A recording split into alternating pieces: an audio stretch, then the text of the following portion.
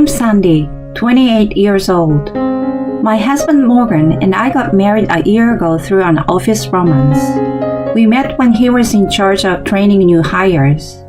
I had just moved from a different industry and had no idea what I was doing at my new job. He kindly and patiently trained me. I think it didn't take me long to fall for him. When the training was over and I had learned most of the work, I invited him out to dinner to thank him for all the help he had given me.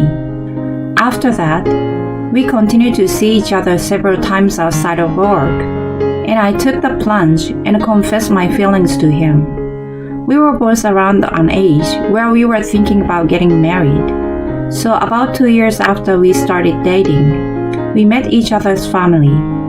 We had smooth sailing into our marriage after that. One of the common issues of marriage I often hear is a relationship with in-laws, but I haven't encountered such problems so far. My in-laws have been very good to me. We are so glad to have you as a daughter-in-law. You are too good for my son. I agree. I envy my son to have such a beautiful lady for a wife. Oh, you guys are so sweet. Thank you. When Noah and I occasionally visit them, they give me such compliments and make me feel loved. I may be simple-minded, but I don't feel bad about being praised. If you force me to come up with an issue, it would be about where we live. Right now, we live in a rented apartment.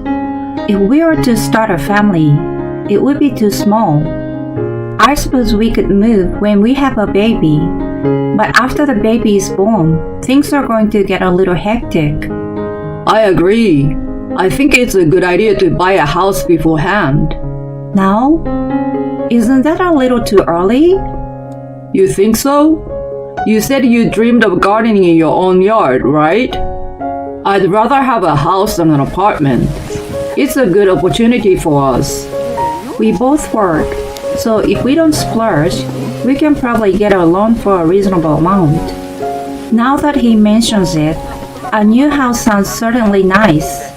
Once I get the idea, I'll start visiting real estate agencies with Morgan on weekends.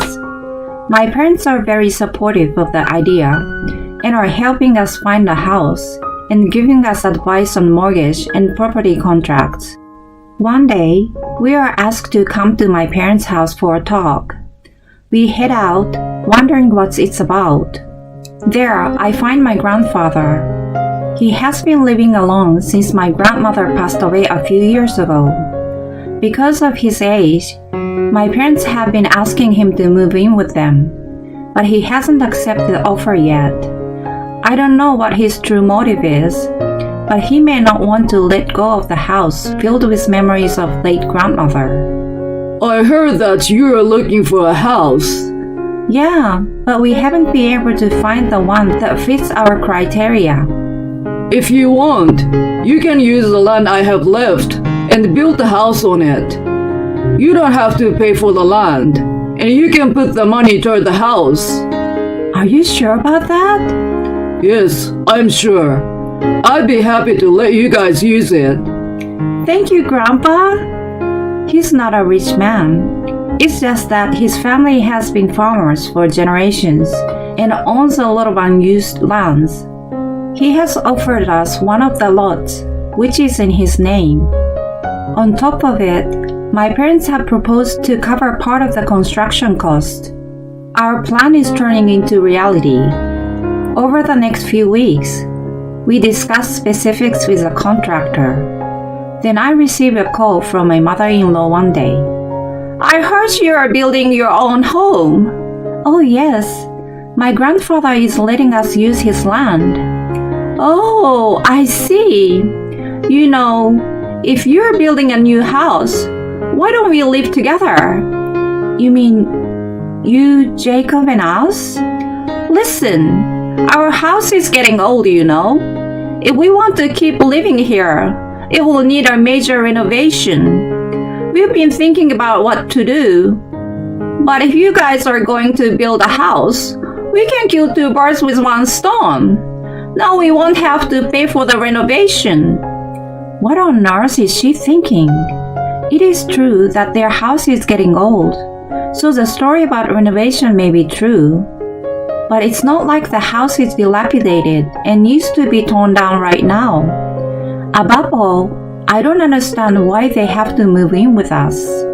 As I'm stunned by this unexpected and sudden turn of events, Morgan, who has been listening to the conversation next to me, takes over the phone.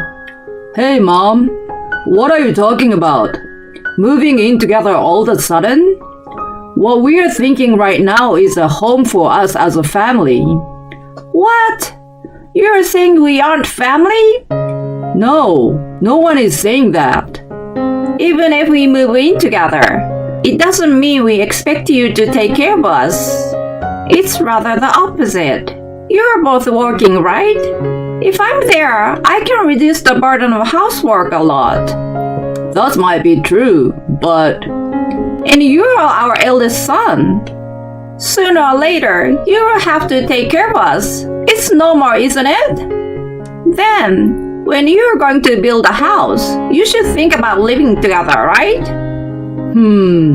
But... Adele has been good to me up to now.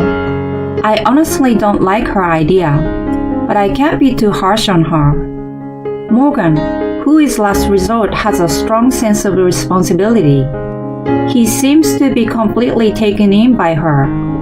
In the end, I'm sorry. I should have said no. I mean, I shouldn't have told my mom about it in the first place. No, it's not your fault.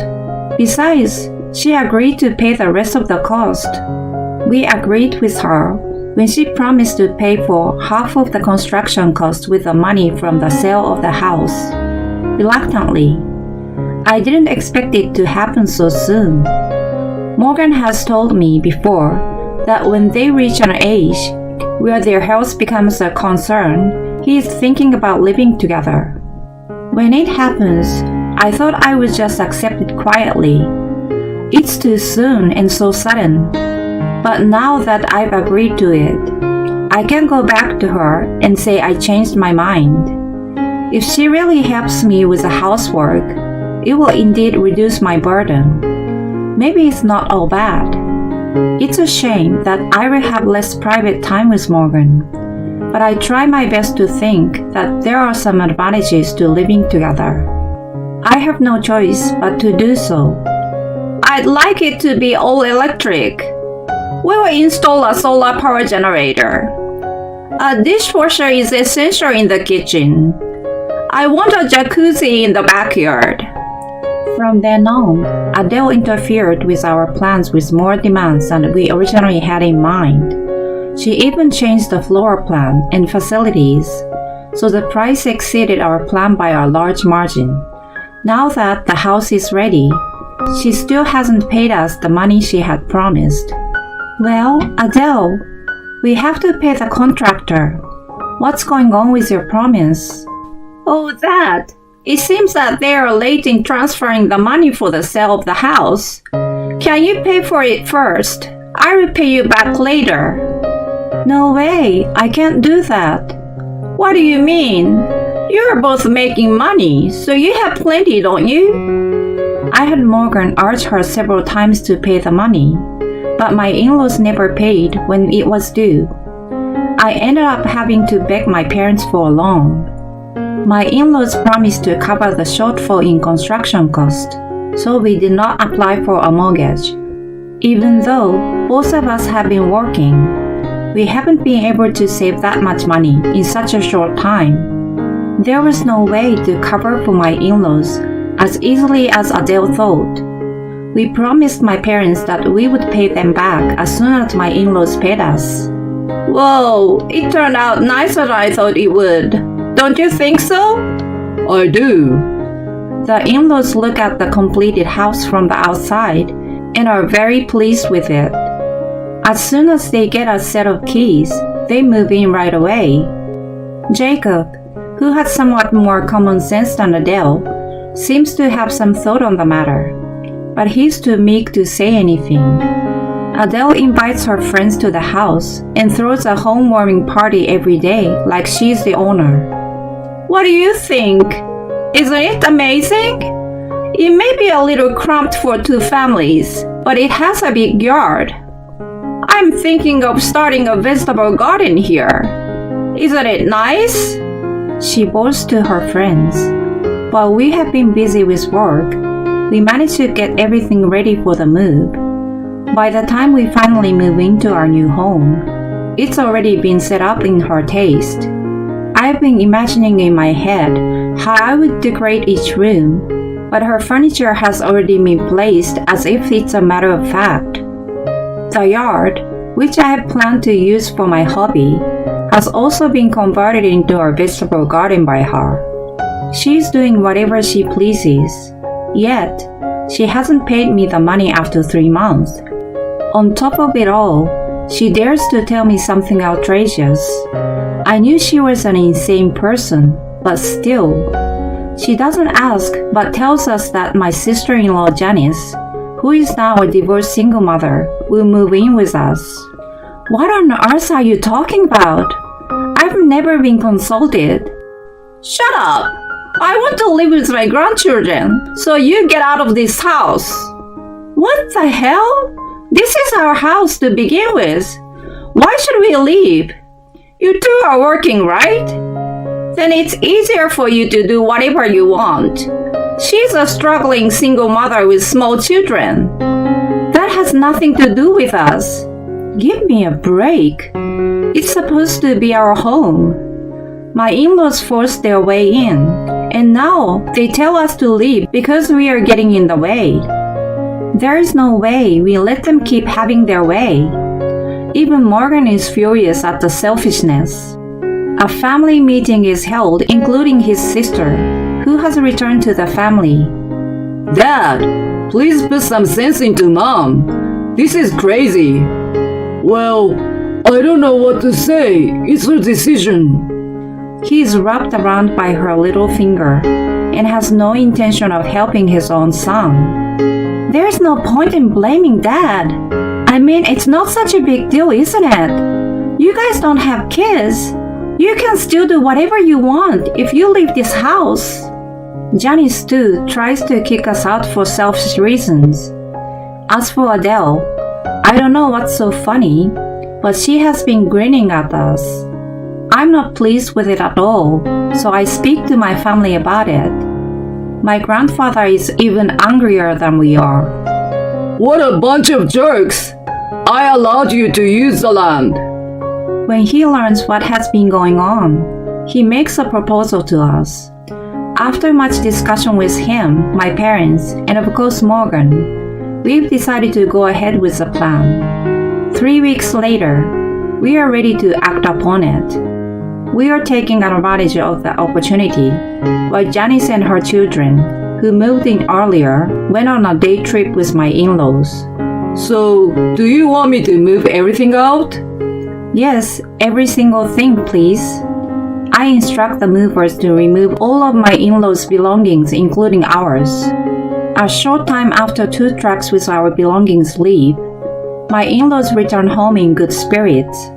As Morgan and I are waiting for them in the living room, they notice something unusual and come yelling at us in panic. What's going on? What happened to our stuff? They were in our way, so while you were enjoying your outing, we asked a mover to remove them. How selfish of you! While I fend off Adele, Janice was yelling at Morgan. Not only are my things gone, but all my kids' stuff too. What do you have gained from doing this? Oh, we've decided to rent the house out. New tenants will be moving in a couple weeks. You never mentioned anything about that. You're crazy. This is terrible. We live here. How can you decide such an important matter without asking us? They protest vehemently when they learn about our plan. We have a thing or two to remind them. Who do you think you are? It was you who decided to let your daughter and her kids move in without asking us. Well, that's true, but you've been acting like you own the house we built. On top of it, you're trying to kick us out. Then Morgan joined in. You haven't paid a penny for this house, Mom.